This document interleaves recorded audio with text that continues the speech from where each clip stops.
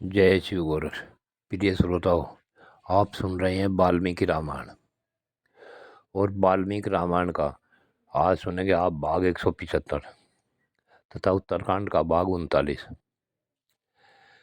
श्रोताओं, आपने पिछले भाग में सुना कि भगवान श्री राम ने शंभुक नाम के एक चांडाल की हत्या की, उसे मृत्युदंड दिया।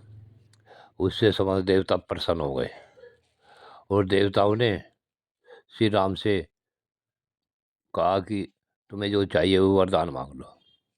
तब भगवान राम ने कहा कि जो ब्राह्मण का पुत्र मृत्यु को प्राप्त हो चुका है उसे पुनर्जन्म मिलना चाहिए, वह जीवित हो जाना चाहिए। देवताओं ने उस ब्राह्मण पुत्र को जीवित कर दिया। अब इससे आगे की कथा आप इस भाग 175 में सुने। महर्षि अगस्त्य कहते हैं कि श्री राम प्राचीन काल में त्रेता युग की बात है, एक बहुत ही विस्तृत वन था जो चारों ओर से 100 योजन तक फैला हुआ था, परंतु उस वन में कोई पशु पक्षी नहीं थे।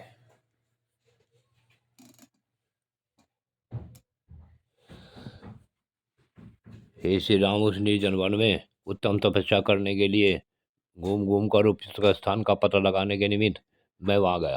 आओ जी महाराज। उस वन का स्वरूप कितना सुखदायी था यह बताने में तो मैं समर्थ हूँ, परंतु वहां अनेक फल फूल स्वादिष्ट रूप रंग के वृक्ष उसकी शोभा बढ़ाते थे। उस वन में मध्य भाग में एक सरोवर था, उसमें कमल और उत्पल छा रहे थे। वह परम उत्तम सरोवर अत्यंत आश्चर्य में सा जान पड़ता था। उसमें कीचड़ नहीं था, वह सर्वथा निर्मल था। उसके भीतर सुंदर पक्षी कलरव कर रहे थे। उस सरोवर के पास ही एक विशाल अद्भुत एवं अत्यंत पवित्र पुराना आश्रम था, जिसमें एक भी तपस्वी नहीं था। एक पुरुष परवर श्री राम ज्येष्ठ महीने की रात में मैं उस आश्रम के भीतर गया और प्रातःकाल सवेरे उठकर स्नान आदि से के लिए उस सरोवर के तट पर जाने लगा। उसी समय मुझे वहाँ एक शव दिखाई दिया जो अष्टपुष्ट होने के साथ ही अत्यंत निर्मल था। उसमें कहीं कोई मलिनता नहीं थी। नरेश्वर वैसा उस जलाशय के तट पर बड़ी शोभा से संपन्न होकर पड़ा था। हे श्री राम, मैं उस शव के विषय में यह सोचता हुआ कि यह क्या है, वहाँ 2 घड़ी तक उस तालाब के किनारे बैठा रहा। 2 घड़ी बीतते ही मैंने वहाँ एक दिव्य अद्भुत अत्यंत उत्तम हंसयुक्त और मन के समान वेगशाली विमान उतरता हुआ देखा। हे श्री राम, उस विमान पर एक स्वर्गवासी देवता बैठे थे जो अत्यंत रूपवान थे। हे रघुनंदन, श्री राम तदंतर जैसे अंशुमाली सूर्य मेरु पर्वत के शिखर को छोड़कर नीचे उतरते हैं, उसी प्रकार उस स्वर्गवासी पुरुष ने विमान से उतरकर मेरे देखते देखते उस शव का भक्षण किया। इच्छा अनुसार उस सुपुष्ट एवं प्रचुर मांस को खाकर वे स्वर्गीय देवता सरोवर में उतरे और हाथ मुंह धोने लगे। यथोचित रीति से कुछ कुल्ला आचमन करके वे स्वर्गवासी पुरुष उस उत्तम एवं श्रेष्ठ विमान पर चढ़ने को तैयार हुए। उन देवतुल्य पुरुष को विमान पर चढ़ते देख मैंने उनसे यह बात पूछी, हे सोम देवोपम पुरुष, आप कौन है और किस लिए ऐसा अगणित आहार ग्रहण करते हैं, यह बताने का कष्ट करें।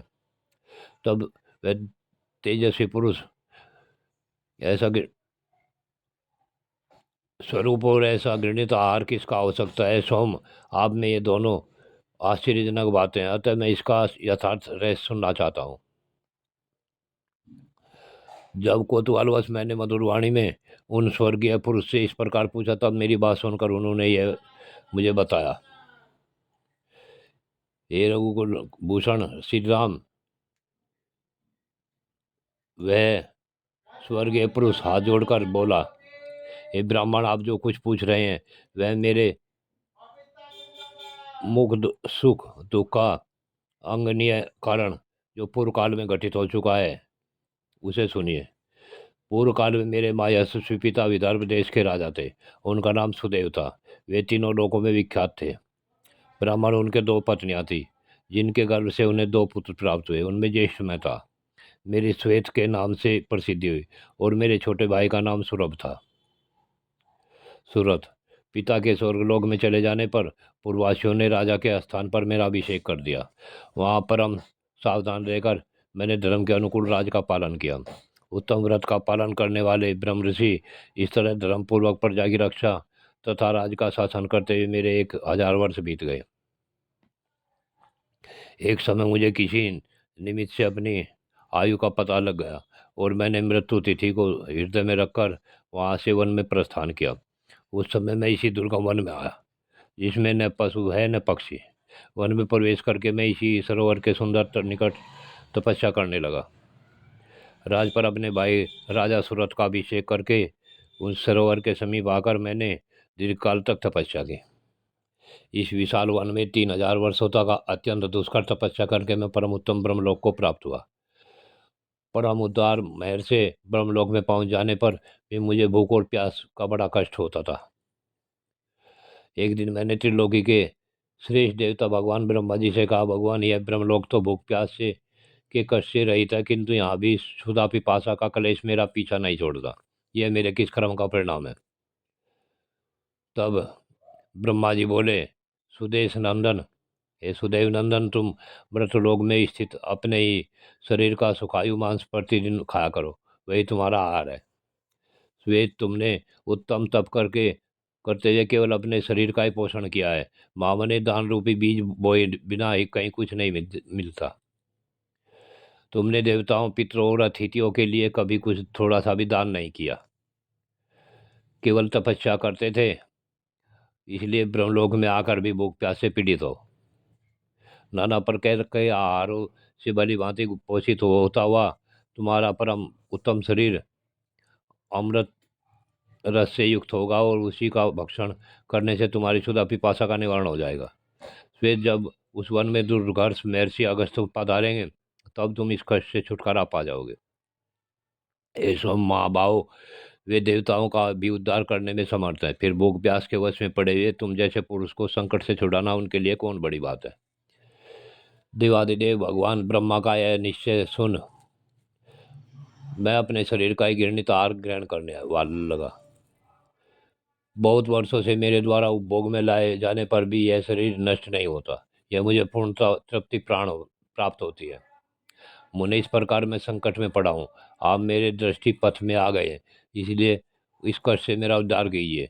आप ब्रह्मर्षि कुंभज के सिवा दूसरों की इस निर्जन वन में पहुँच नहीं हो सकती। हे सोम विप्रवर, आपका कल्याण हो। आप मेरा उद्धार करने के लिए मेरे इस आभूषण का दान ग्रहण करें और आपका कृपा प्रसाद मुझे प्राप्त हो। ब्रह्म ऋषि यह दिव्य आभूषण स्वर्ण वन धन वस्त्र भक्ष भोज तथा अन्य नाना प्रकार के आभरण भी देता है। मुनि श्रेष्ठ, इस आभूषण के द्वारा मैं समस्त कामनाओं और भोगों को भी दे रहा हूँ। भगवान, आप मेरे उद्धार के लिए मुझ पर कृपा करें।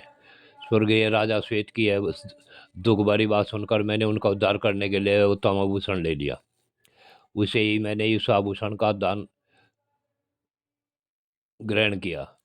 तो ही राजऋषि श्वेत का वह पूर्व शरीर अदृश्य हो गया।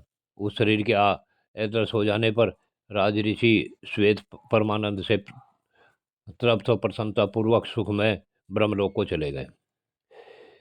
हे भगवान श्री राम, उन देवतुल तेजस्वी राजा श्वेत ने उस भूख प्यास के निवारण रूप पूर्वोक्त निमित्त से यह अद्भुत दिखाई देने वाला देव आभूषण मुझे दिया था। प्रिय श्रोताओ, आज की कथा यहीं पूर्ण होती है। आगे की कथा अगले भाग में। जय श्री गोरक्ष।